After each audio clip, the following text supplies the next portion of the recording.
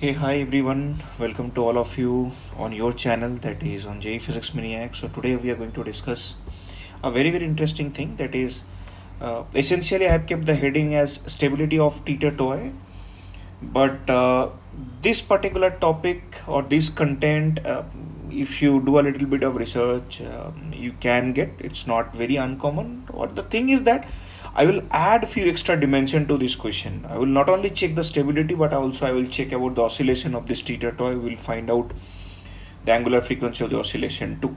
Okay, so without wasting much time, let us proceed. So here is the teeter toy diagram that you can see here, that basically this rigid support is pivoted over here, and two light rod. When I say light, means they are massless, and at the end there are two uh, balls of mass m are hanging. And basically if you destabilize the system like this from its equilibrium position, it will keep on oscillating like this. I have to find out the condition in which it will oscillate and what is the condition of stable equilibrium. Not only mathematics, I will discuss a little bit about physics also, right? So what I've done in the immediate diagram, you can see that I have shifted the position which was initially in the vertical configuration a little bit in the rightward direction. And I'm imagining that the axis of this teeter toy is being shifted by an angle phi, correct? So all the corresponding parameters are there. You can check that the length of this teeter toy is given to be L, right? And the length of these two light rods are given to be small l. Initial angle, they are inclined at alpha and alpha, and the masses are m. So considering the fact that it is being tilted by an angle phi, this mass will make an angle of alpha minus phi with the vertical, and the left side will make an angle of alpha plus phi with the vertical. So all the calculations that I have kept, it is very clear. It's simple trigonometry you have to follow with that. Now what I'm going to do, I'm going to take this line, the line which is passing through the point of pivot. I'm taking that line as the reference line, as I mentioned over here. Okay, this is the reference level. So the line which is passing through the pivot is the reference level. So now if I want to calculate the potential energy of the system, so essentially why I am calculating, because if we want to check the stability of a system, we know that first we have to check du d of variable, which was variable is there. It can be variable with position or angular position. So here it is phi, so du d phi I have to make it to 0. Then I have to check the second derivative, whether it is greater than 0 or less than 0. Based upon that, we will get the condition of stability, right? Okay. For stable equilibrium, u has to be minimum. So the minimum condition is that the d2u d phi 2 must be greater than 0. And if it has to reach maximum, then d2u d phi 2 has to be less than 0. Anyway, so considering this as the reference level, if I calculate the potential energy, this height I have taken to be h1, small h1. Now you see that if this is length L, so I have to take the horizontal projection of it, this vertical projection. This projection is coming to be L cos phi, right? And if I take this length to be small l, which is given, actually this entire length is given to be small l. So if I take the same horizontal projection of that line along this line, it is coming to be L cos of alpha plus phi, correct? Similarly, we will do on the right hand side also. This length is small l. If that is small l, if I take the projection along this line, it is coming to be L cos of alpha minus phi. So I hope this is clear to everyone. Very simple thing. Okay now, right? So this ball is above the reference level, so I am taking this is mgh1. This ball is below the reference level, so I am taking the potential energy to be negative, and hence I am writing minus of mgh2. Is that clear to you? Right. So mgh1 minus mgh2. And now if I take mg common, h1 I have already calculated, this L cos phi, total distance minus of this distance, that will become this distance. Okay now, right? So how much that is coming?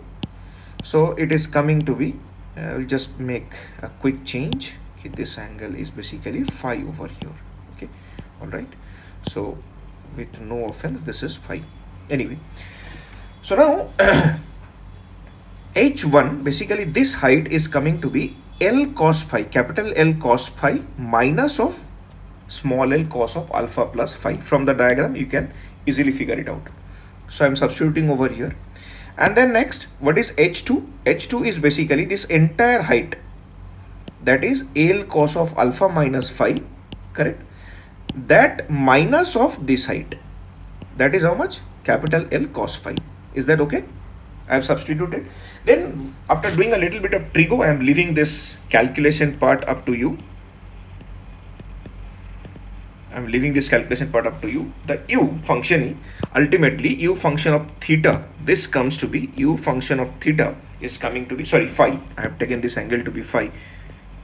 So u function of phi is coming to be 2 mg cos phi, capital L minus small l cos alpha. Now from here our journey starts. So first I will check du d phi. How much it is coming? It is coming minus 2 mg sin phi. This term is basically constant term, capital L minus small l cos alpha. So the first step to check the equilibrium is that we have to make it to 0. So if I make it 0, then ultimately sin phi becomes 0. So when sin phi is 0, it gives us two solutions. Either phi is equal to 0 or phi is equal to pi. But if you go back to the diagram, the maximum extension of phi can be, it can range from 0 to pi by 2, not more than that. So that means this result that phi is equal to pi is immediately ruled out. So which one is taken? This one is taken. So phi is equal to 0, no problem, no harm whatsoever. Then we will go for d2u d phi 2. Again derivative we will make. So if I make this derivative, how much you are going to get? Again deriving this quantity, we get minus 2 mg sin phi will become cos phi, capital L minus small l cos alpha. Right? Now you try to understand, if I put the value over here, that if I measure phi is equal to 0, so d2u d phi 2 at phi is equal to 0, so cos phi will become 1. So this will become minus 2 mg into capital L minus small l cos alpha. Correct? And as I said earlier, I can write for the theta toy to be in equilibrium, and when mean of equilibrium, I am basically trying to say it is in stable equilibrium. So for that the demand is d2 phi d phi 2 at phi is equal to 0 must be greater than 0. Then only potential energy u function of phi will become minimum. So you see this quantity, this is basically a negative quantity. So for this entire quantity to be positive, this quantity must be negative. Correct?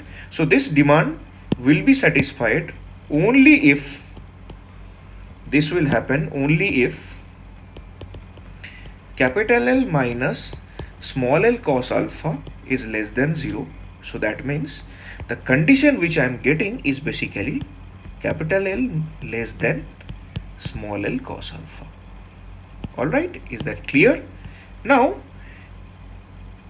I should not leave this discussion with this mathematics only. I have to think about the physics. Okay, what is the physics out here, boss? The physics is, from here we can clearly judge ki if this is the theta toy. So just quickly let me draw the diagram. If this is the theta toy, I'm sorry because of the time that I'm consuming while drawing the diagram. So that means if from here the masses are hanging, all right, correct, this angle is given to be alpha, this is given to be alpha, and to be very specific, this is the length which is given to be capital L, this is L, this is L. So without any hesitation we can comfortably say ki dost, this is basically, this height is small l cos alpha. So is it satisfying? Small l cos alpha is greater than capital L. It means for the system to be in stable equilibrium, the two weight must hang below the point of pivot. Now that's the most interesting case. You have to remember this thing. So as we have checked that small l cos alpha is greater than capital L, it clearly says that if the system has to be in stable equilibrium, then the two ways that the two balls, they have to hang below the point of pivot. If it is vice versa, the system cannot be in stable equilibrium. Correct? So now my next target is that I want to check if I perturb this system from its equilibrium position by a small angle phi, will it execute SHM? If it executes SHM, what is the angular speed? What is the way to calculate? So for that, I will show you one method, and from that method you can literally solve the question very easily. Correct? But before going into the method, I will have first in some initial discussion. Let us say I am taking the example of a simple pendulum. Okay, and I am trying to make it very simple, because generally this kind of calculation which I am going to show is being done with the help of Lagrangian and Hamiltonian, which is generalized coordinate system that you will learn probably in your BTech days. So I'm trying to avoid that and put through some meaningful cracks out of it, so that the extract can be useful for you. So for that, let us assume that this is the vertical position, and at some point of time it is here, and this angle I am taking it to be theta. So let us say that it executes or it retraces back in that direction, and we know that if it is the case, we can comfortably write the potential energy if I take this as the reference level. So that means at that point of time the ball is here, and so this is the height above the ground, and we know h can be written as, if it is L into 1 minus cos theta. Correct? It can be written like this. So potential energy function can be written like mg into L 1 minus cos theta. So in case of 1 minus cos theta, I can further write this as mgl into simple trigonometry 2 sine square theta by 2. So when I'm writing 2 sine square theta by 2, if theta is very small, I mean, which is the condition to check whether it is in SHM or not, theta has to be very small. So in this range, small means we know that theta is less than 4 degrees. So in that range, sine theta is nearly equal to theta. It means sine of theta by 2 will be nearly equal to theta by 2. So from there, I can write u will become mgl 2 into theta by 2 whole square. So ultimately it become half mgl into theta square. So that is one of the equation which I want over here. So let us say this is equation number 1. Now kinetic energy I can write very comfortably again. So kinetic energy K is half I omega square. If I consider this point, about this point mass is rotating, so half I omega square. So for a point mass about a point L distance away, moment of inertia is ml square, and this omega square I can comfortably write as d theta dt whole square. So for sake of mathematical simplicity, I am taking the first derivative as ml square. In mathematics we write like this: theta single dot square. Single dot means one derivative, first order derivative. So this is equation number 2. Correct? So now you look at the two equation. In both the equation you have a common factor, you have something common, right? The equations are looking like almost similar, they have some kind of similarity in between them. Now we have to search out what is the similarity between them, in what way we are trying to get it. ठीक है ना दोस्त? तो what is the similarity? In such kind of cases we take, here you see, I will take a note, I will write that theta is the generalized variable or general variable. At best I can write it's a general variable or common variable. It's a common variable, okay, which is appropriate to the problem. So in that case I will express u as half capital A into theta square and K as half capital B into theta dot square. Alright, fine. Total energy E will become K plus U. If that is the case, we know that for SHM, dE dt has to be 0. So if I make it, what it is coming, it will come like, if I do the derivative of this quantity, I'm directly writing, so it will come like half into B into 2 theta dot theta double dot. I hope you are understanding. Double dot means, here double dot means d2 theta dt2. Anyway, plus half A theta square means it will become 2 theta into theta dot, which is equal to 0.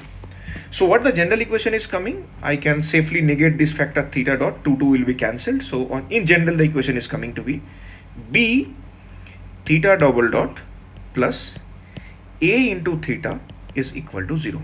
Wow, wonderful.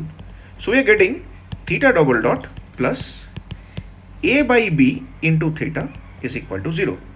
If I simplify it more, if I write in general, what is the equation coming? d2 theta dt2 plus A by B into theta is equal to 0, which is exactly the equation that we need. So this is comparable to d2 theta dt2 plus omega square theta is equal to 0.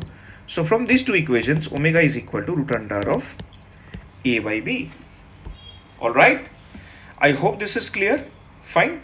So if it is A by B, so from this equation, whatever the A factor and B factor I have chosen, here A was coming to be mg into L, B is coming to be ml square. Alright, so let us see whether our result is matching or not. So omega is equal to root under of A means mgl, B means ml square. Wow, wow, wow. So this is root under of G by L. So it is matching. Correct? So I give you a shortcut funda, simple funda. Whenever you get such system, if you find a general variable, a common variable, so the equation can be expressed in the format of something half into capital of theta square into half capital B into theta dot square, then angular frequency of oscillation will become root under of A by B. So now you come to this theta toy case. So now you come to this theta toy case. What the u theta function we got? We got this function, right? So now I will write. So u theta, I will write now. I'll take black. So u function of phi we got 2 mg cos phi into capital L minus small l cos alpha. Alright, so this was the function, and I'm writing this entire thing as minus of capital A cos phi. So what A becomes, quickly, A becomes 2 mg into capital L minus small l cos alpha.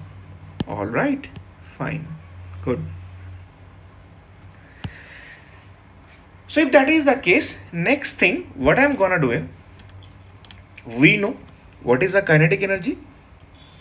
Quickly, K is equal to, what can I write? K is equal to, I can write half into. Now here is a trick. That trick we have to understand. If you go back to this diagram, let us see over here. See, this is the distance. If I calculate precisely, this is the distance. All right, I can take this distance as smaller, this is also smaller. All right, so if that is the smaller distance, can I write this is equal to nothing but this distance. This distance I have taken to be r, this is also r, and this is taken to be phi. Try to understand, this is taken to be phi. So what the kinetic energy I will write? I will write kinetic energy as half into mv square, that into 2, because 2 balls are there. So now I will write m into v square. What is v square?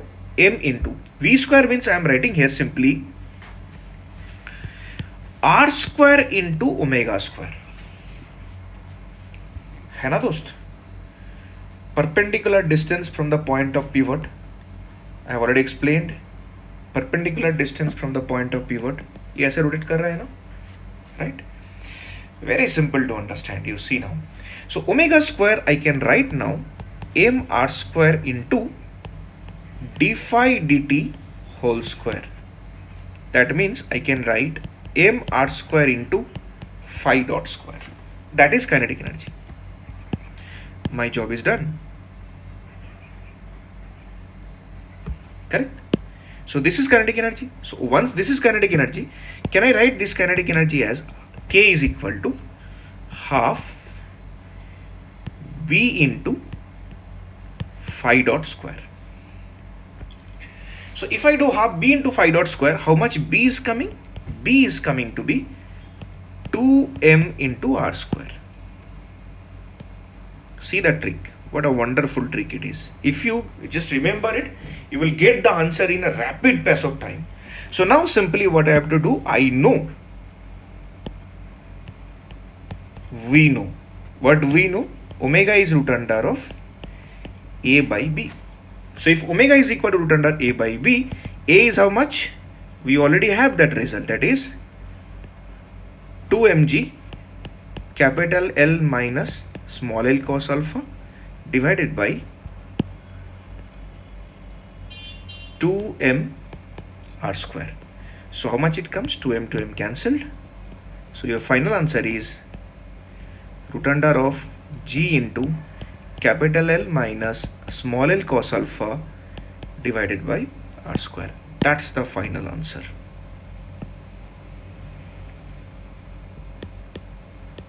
Correct?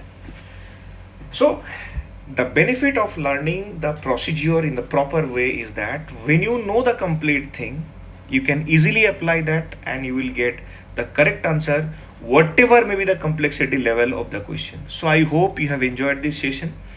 You have learned something new, something very unique, something very non-trivial.